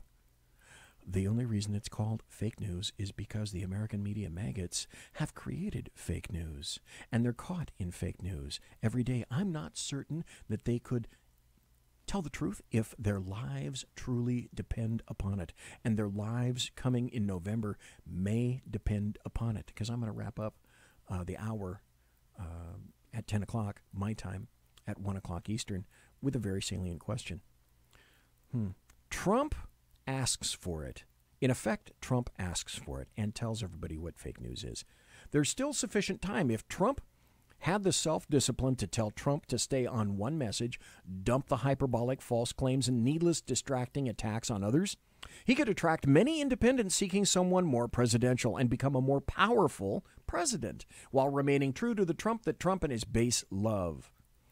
I can't much disagree with that paragraph. Few think he can, but then few thought he could ever be elected either. A famous American once said, "It's very easy to be presidential." That famous American was Donald Trump. So let's see some of it, the author says. However, despite the various digs at Donald John Trump, what this guy is saying is, you know what? And I'm seeing, like I indicate, this is starting to be a trend. I'm seeing the trend towards the hashtag walk away from the Democrats. And I think since Ohio stayed red and the Michigan Muslim dude lost for governor, I don't want to jinx things, which is why I say, again, vote red in November, register Republicans, get out the vote, and overwhelm the vote. Show up in November. Show up for every election, whether it's an odd special election, whatever it is. Mary Brockman is going away. Mary Brockman, God bless. Thanks for being here. By the way, still in chat, we have Dave and Beantown Billy and Mamba. Good to see you guys here. Now we have, because I haven't done this for quite some time, because I just love the hell out of Kurt Schlichter, and maybe I can get him on because he's trying to hype a new book that he's got coming out. It's a nonfiction book, but I happen to like his fiction books because his fiction books are about, hey, what happens if this country, the United States, turns so left and so right and so divided that we literally cleave the country in 2 or 3 pieces? He's got a great book, 2 great books about this, Indian Country and, doggone it, I can't think of the other book. But they're basically about, hey, the leftists are so stupid that their policies are absolutely taking a dump. Here's a new Kurt Schlichter article. And the reason I like Kurt Schlichter is he doesn't pull any punches. He's a military dude. He did his service. He did his time. He's a journalist. He's been a comedian. He's been all sorts of things. I think he was on the Waters show this past Saturday. And he had a great interview, always gives great interviews. And I think now that he's pushing his book, this might be a good time to hit him up again and see if I can get him to come on into the Saloon. This is a new article. I think it just came out yesterday from Kurt Schlichter, and it's absolutely truthful, entitled, "Get It Through Your Head That Progressives Hate You." Some of you need to cease the denial and accept the harsh reality that the left hates you. It's a fact. As much as the liberal gaslight gang and the conservative sissy weakhearts deny it, you can tell that leftists hate you by the way that leftists tell you that they hate you. Thank you. By the way, that deserves one of these, Kurt. So correct. Take Sarah Jeong, please. Hey, the New York Times was happy to get this bitter creep on board because of her history of virulent racism. The Times saw her hate as a plus, not a negative, an asset, not a liability. You can't draw any other conclusion. If you take her tweets, trade out the word white, man, does she ever hate white people, and toss in some other skin hue, you'd have a pink-haired millennial David Duke.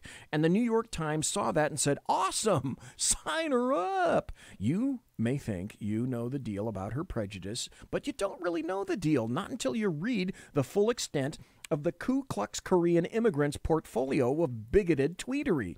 It's not merely ugly, stupid, and immoral, it's downright sociopathic. Yet, the flagship of the foundering fleet of the America's liberal media saw the iceberg and went full speed ahead. We could go on about how, if this was a conservative, he, she, or whatever the groveling goblin gender pronoun is, would be history, but we all know there's a double standard. What some of us have been unwilling to accept is why there is a double standard. Well, it's because the people at the New York Times and the liberal elite in general agree with the hateful garbage Jeong and her pals dish out. True, Kurt Schlichter. Absolutely true. Progressives think it's okay to hate somebody solely because of the color of their skin.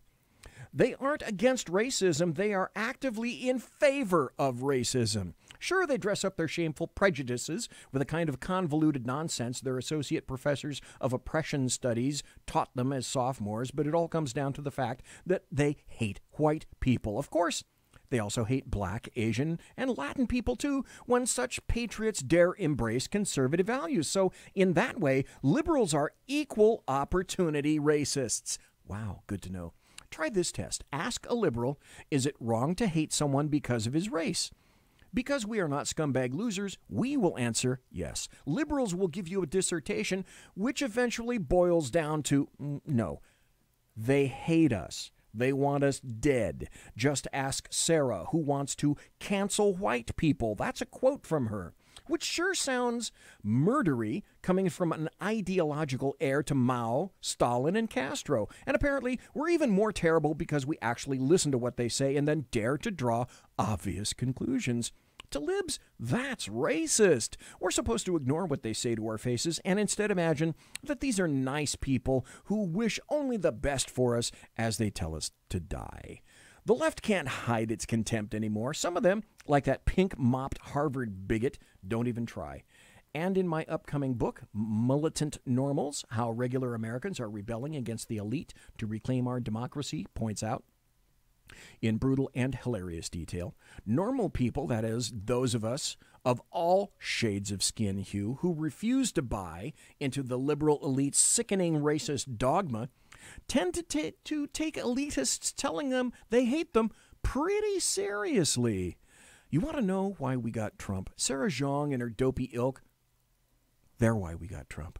And I am thrilled that Jeong got this gig, and I am delighted that her idiot pals think the best hill to die on right before the midterms is Mount It's Cool to Hate White People. Not the Fredo-cons, though. Those saps. This is a golden opportunity to steal the ball and run up the score. But as usual, these useless goofs seem intent on fumbling, George Will. Count on them to fuss and whimper their way into submission when they could be taking the fight to the left. We're supposed to not join the mob and generally give the left a free pass on this latest atrocity, just like we're supposed to give them a free pass on every other atrocity we've endured. Well, hard pass on the free passes. Leftists don't get to pull this garbage and then just walk away with it or get away with it. Cut the nonsense about outrage mobs. Regardless of the principles of true conservatism, it's perfectly okay under actual conservative principles to protest the liberal elite's public embrace of outright race-based hatred. Hell, it's mandatory. And this imbroglio is a perfect weapon for us because it perfectly encapsulates our enemy's hateful view of us in a way every midterm voter between the coasts is going to understand. We need to wield it like a sledgehammer in anticipation of the upcoming election. You soft boys can pivot back to your "we're better than that" pose and go AWOL, okay? Again, like you always do. But I say the Sarah Jeong New York Times love affair is a suppository. And I say we start curing the hemorrhoid that is liberalism by giving the left a good dose, good and hard, right up the progressive tract. We need to accept the harsh reality that a substantial number of our fellow citizens hate our guts. All the simpering blabber about civility, all the cliches about unity are all just comforting lies. A bunch of them hate us. They hate us. Hate. And we need to stop pretending the truth right in front of us is not right in front of us. What do? Step one, we fight. This is not going to be a single skirmish. And by the way, I'm long on the break. I don't care. I'm going to finish the story. This is a campaign, a long and difficult one, with the objective of destroying the ideological cancer metastasizing through America's body politic. Step one, we must ruthlessly attack any manifestation of their hate using all the political and cultural tools at our disposal. We need to make liberal racism painful so that they are incentivized to abandon it. We're not here to win moral victories. We're here to win victories. And another reason this is why I enjoy reading Kurt Schlichter, because he tells the truth and doesn't pull any punches. Continuing, the stakes could not be higher. My novels, People's Republic, by the way, that's the first one I was trying to remember. These are his two fiction novels. My novels, People's Republic and Indian Country, show what will happen if we lose. Spoiler, it involves camps, but not singing around the fire and roasting marshmallows kind of camps. Step two, we must win elections. And yeah, you cruise shilling never Trump sissies. That means being all unseemly and gauche by going to the electorate and pointing out liberals' disgusting acts of contempt against them, like the elevation of this Jeong twerp, and telling the American people the truth, that the elite hates them and that they must get militant and retaliate at the ballot box. Let's make liberal elites' racism against the majority of America an election issue. The Democrats are the party of hating white people and non-white people who refuse to toe the liberal line. Stop. That's where you got the hashtag walk away. Let's say so, because it is so. Yeah, I know it'll give the bow tie guys the vapors, but it ain't demagoguery if it's true. Step three, get your head right and keep your powder dry. We all want America to return to a pluribus unum and a consensus in favor of individual freedom, but we need to grow the hell up and accept that this might not happen without a struggle. Our enemies don't want it to. You've seen the left adopt explicit racism as a core value. You've seen the attacks on our right to speak freely.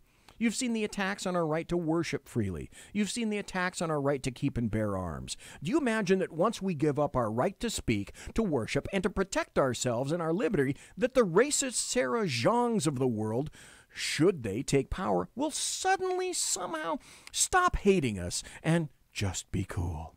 Chet the unicorn might think so, but do you understand your enemy? Know that he, she, or Z means you harm. Be ready to defend your life and your freedom by exercising your right to do so. Luckily, it probably won't come to that, since the Prague hipster militia can't find skinny battle rigs or vinyl plates, and their chests would be too concave to lift AR-15s if they actually owned any. I'm sorry, that's some funny shit. You, however, should own several, just in case the left tries to act on the hate that they have demonstrated. Accept the awful truth that leftists hate you and act accordingly. Get woke. All you have to do is listen to the likes of Sarah Jeong and her pals at the New York Times. They'll be happy to tell you just what they really think. That's an article by Kurt Schlichter. And now you have a pretty damn good idea of why I continue to read Kurt Schlichter. You can find him, by the way, and I don't think I've said this before, but I need to. Kurt Schlichter can be found at townhall.com. There's a list of columnists that are there, and he's one of them. but he's the dude that I happen to read every time a new article comes out. And I think he has new articles out twice a week now. I don't remember which days, but I believe, that they're twice a week. One mention in passing, and like I said, I've given up the bottom of the hour break, and we've got 25 minutes left. I meant to make mention of this last Thursday, and I forgot. I meant to make mention of this last Wednesday, and I forgot, on Sackheads Against Tyranny. By the way, a plug, shameless plug. I'm on with Sackheads Clint tomorrow night on the SHR Media Network. Sackheads Against Tyranny. It's Clint and I weighing in sort of a stream of consciousness kind of thing about whatever the hell topics we feel like talking about 5 minutes before we walk into the room. So hence you understand the stream of consciousness aspect about it. Just like you did tonight, go to shrmedia.com. You can listen there, you can chat, and you can also watch, just like you may be watching tonight, on the SHR Media YouTube channel, also on Periscope. We're new on Periscope, and we're also new on Ustream because Facebook is not making nice with much of anybody anymore, and we're going to get to that. Anyway, what I failed to mention is that a bit of an anniversary occurred last week, and it's past, but I'm still going to mention it. And that's this, the 30-year anniversary of Rush Limbaugh. And people generally fall into two camps. They hate Rush Limbaugh or they like Rush Limbaugh. He came to KFBK. I used to work for KFBK in the 70s.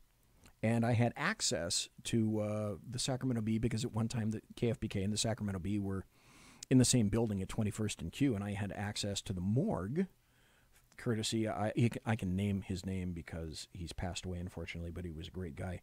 Bernie, the security guard, used to let me in after I left KFBK. What a great guy. Bernie and I, good pals like this. And his blue uniform, great guy. Loved the hell out of Bernie. And Rush Limbaugh came there in 1984. Well, I used to go up to now I can't remember. I think it was the third floor at 21st and Q, where the KFBK broadcast area used to be. There was a big long hallway, and across this hallway was the admin section, and then the actual broadcast aspect of it was through a door, and you got there was the editor's desk, and dang, this dates me. There were the teletype machines clacking away 24/7 in this sound box, and they went through box after box after box of unending teletype paper. Tack, tack, tack, tack, tack, tack, tack, tack, tack, tack. That was fun. Anyway, I met Morton Downey Jr. when he was at KFBK, and I also saw very briefly a very young Rush Limbaugh there. Rush Limbaugh started in 1984 at KFBK, but the 30-year anniversary comes because he was syndicated in 1988. Now, the SHR Media Network says that, in sort of a bit of a jest, we give voice to the voiceless, clues to the clueless. Rush Limbaugh really is honestly responsible for giving a voice to the voiceless. And I would suggest to you this. Rush Limbaugh is essentially responsible for a great deal of the political awakening of conservatives and Republicans in the entire United States of America. If it weren't for Rush Limbaugh, who just happened to resonate perfectly at a perfect time. Timing, as we know, is everything.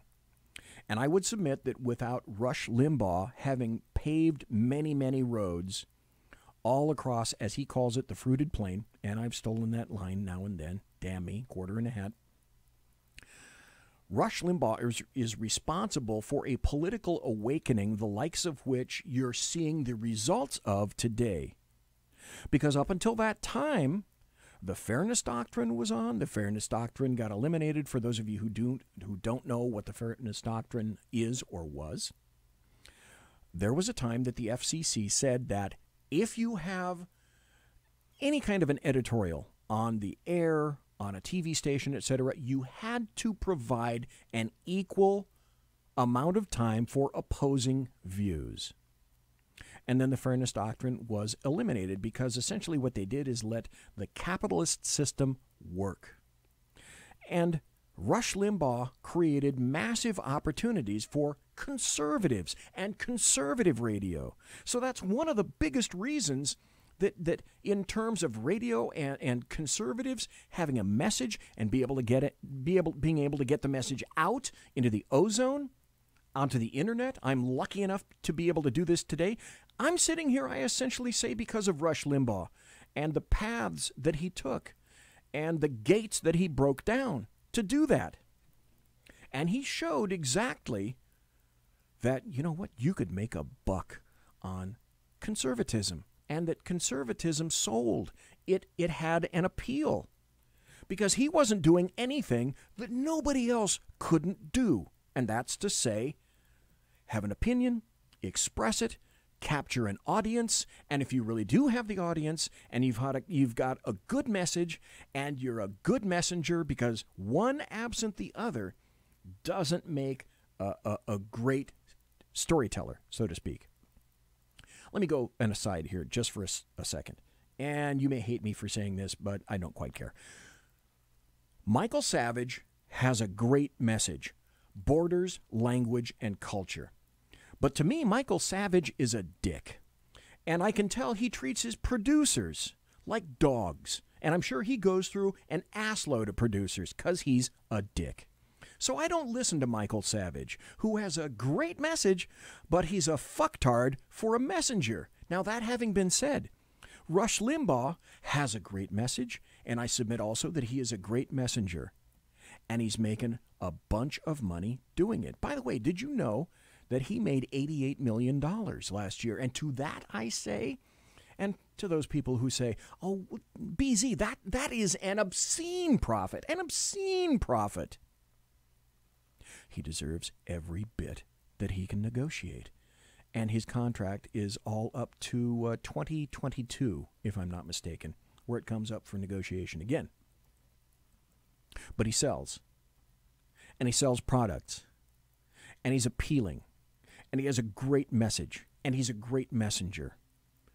And you know what? The airwaves are open to success because, as I've said before, nothing exceeds like excess and nothing succeeds like success. Folks, do you remember Air America? Al Franken? And a host of other people that are eminently forgettable today. Other than Al Franken, can you name like 3 or 4 of the people that were on Air America? Because, by the way, Air America, a left-wing network, went fucking bankrupt. It tanked. They tried to compete against Rush Limbaugh, and they tried to compete against a host of conservatives. Because you know what? If they had a great message, and they had great messengers, and it was actually appealing, and it garnered an audience, they wouldn't have tanked. They'd still be here today, making money.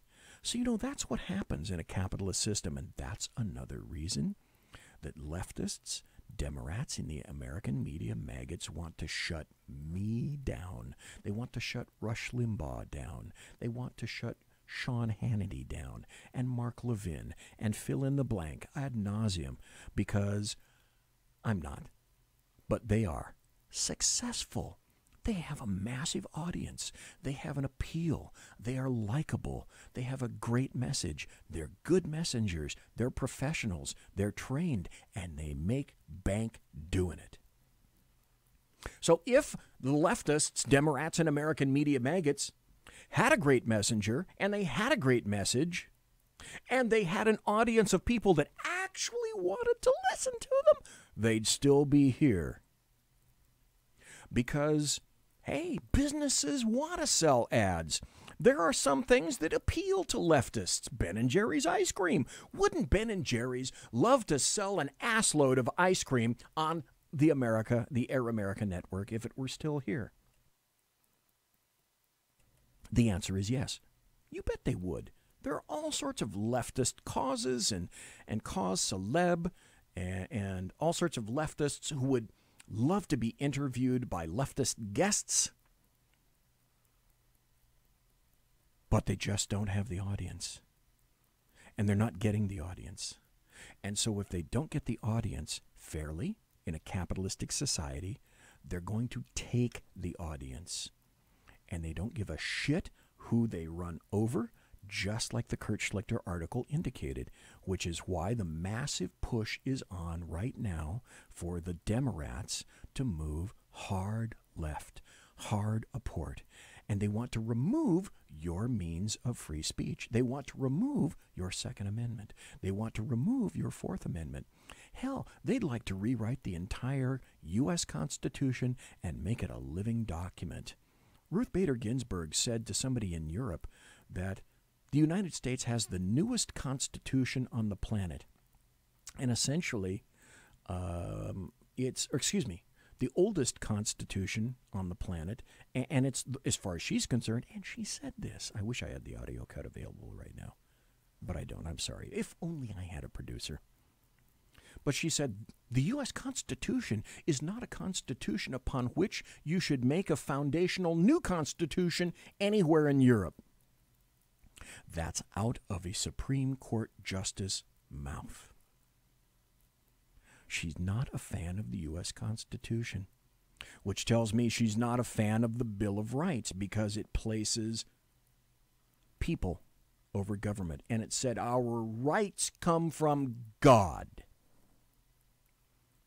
Our rights, they want to come from government. And Ruth Bader, I'm sure, wants all our rights to come from government because government, as far as leftists, Democrats, and the American media maggots are concerned, government is God, little g. So that's the push that's on right now because they're finding out they're not winning any other way. So if they don't win, they have to cheat. If they don't win just talking, then they have to shout and yell. Then they have to get in everyone's face. And then they have to interrupt you at restaurants. And then, as today occurred, a Black Lives Matter, and I was going to read this story. Maybe I'm bigfooting myself for either tomorrow on Sackheads. We'll probably talk about it tomorrow at Sackheads. And maybe I'll even talk about it on Thursday. But here is a black Sacramento Police Department officer who's making wedding plans for the happiest day of his life. And Black Lives Matter activists somehow find out where he's having his meeting with his wedding party, and they blast into the wedding party plans, and they start shouting that this guy, this SAC PD officer, is responsible for shooting the name of the guy whose name I can't even conjure up right now. That he was one of the guys who shot this black kid, and now it's perfectly A-OK to screw up his life and find out where he was, where he works. Now, how did that happen?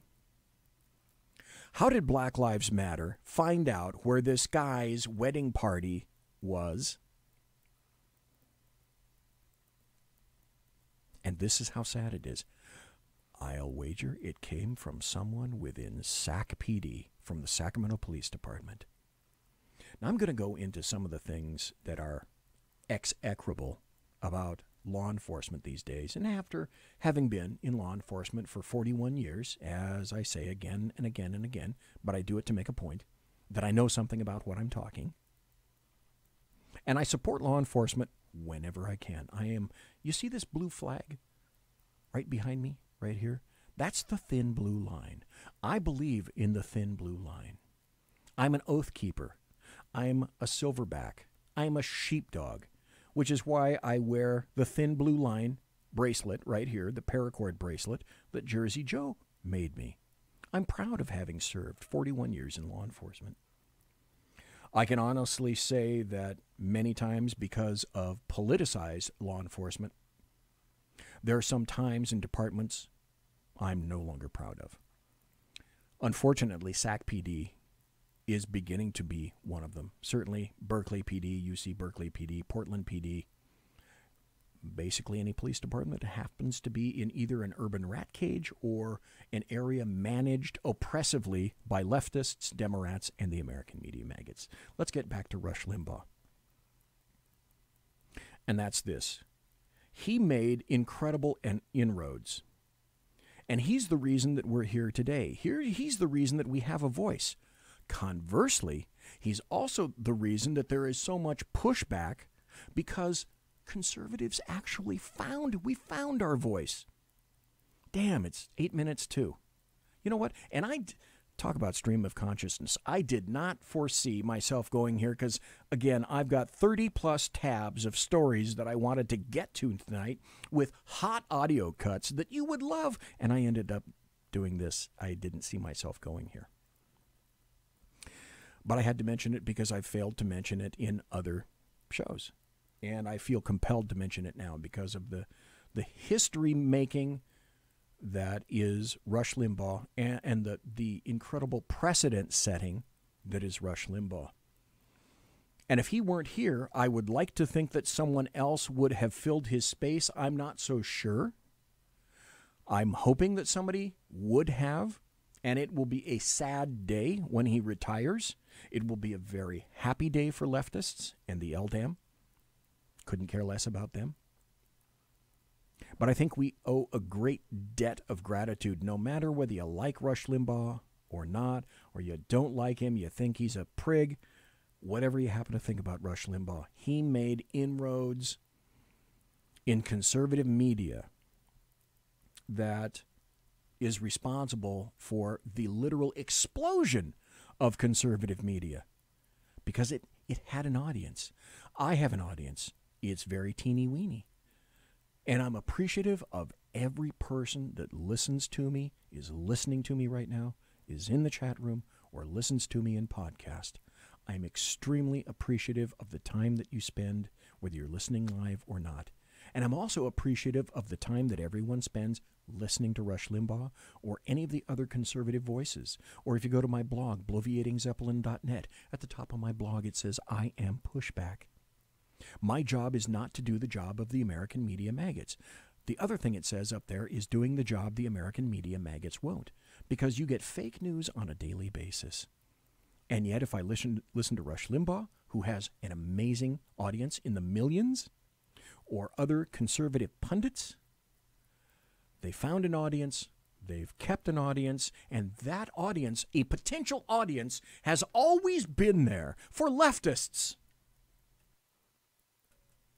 It was there for Air America.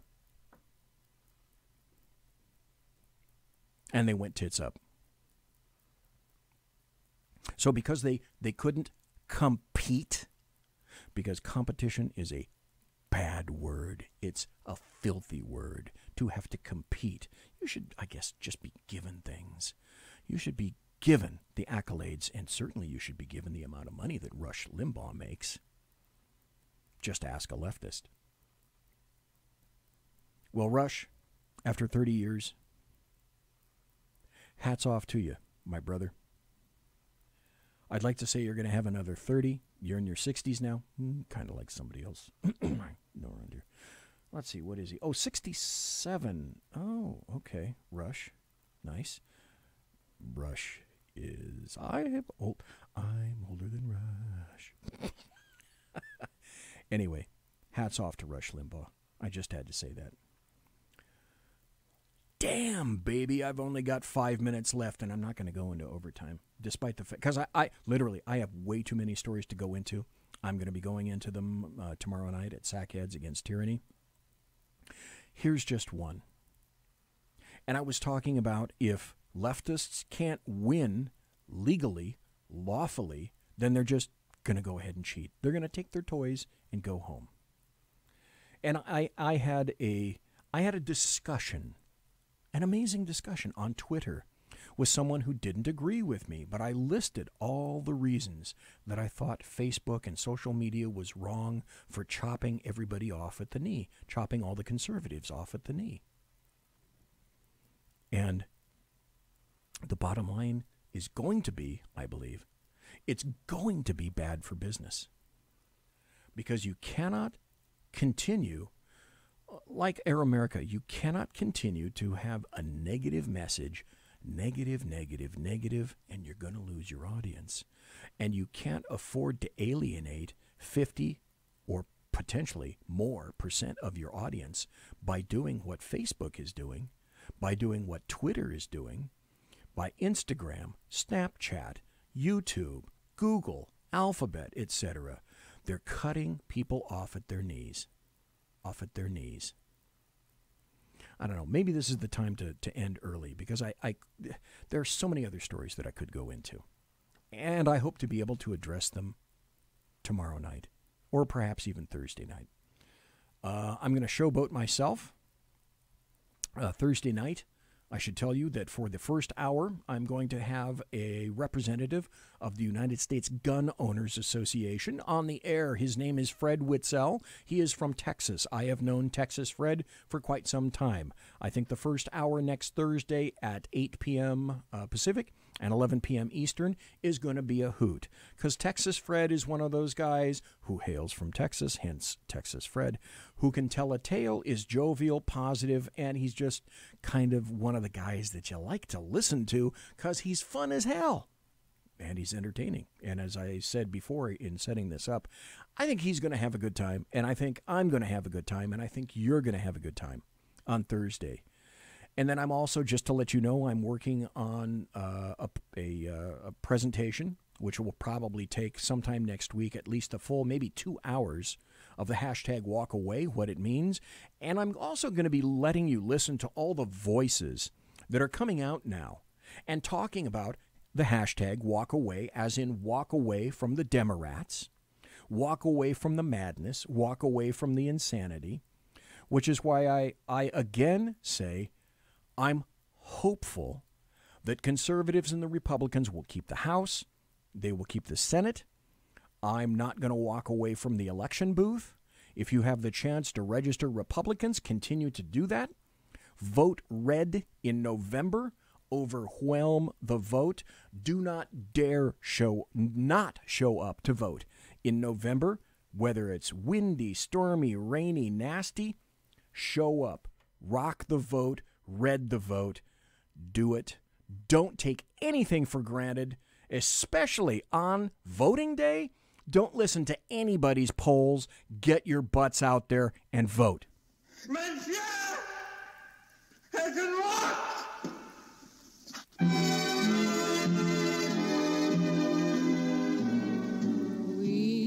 Ladies and gentlemen, boys and girls, children of all ages, thanks for listening to the Bloviating Zeppelin's Berserk Bobcat Saloon radio show, live and direct right here on the SHR Media Network.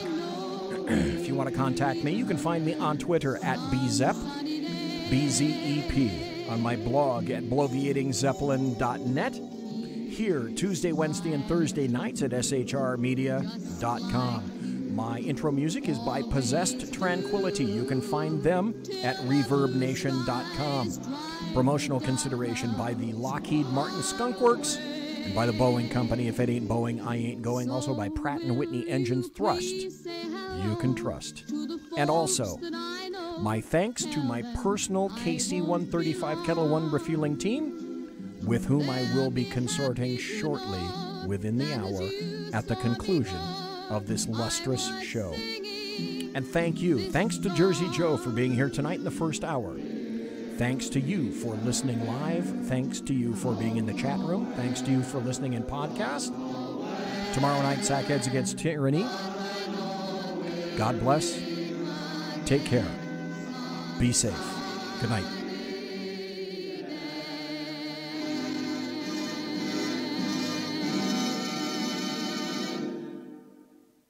Quiet down now and get some sleep. Good night, everybody.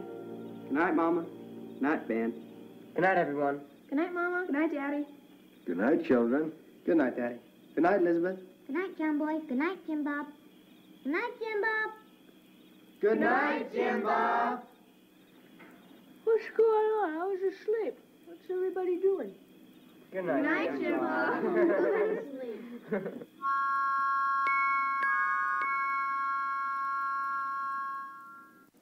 Good night, and good luck.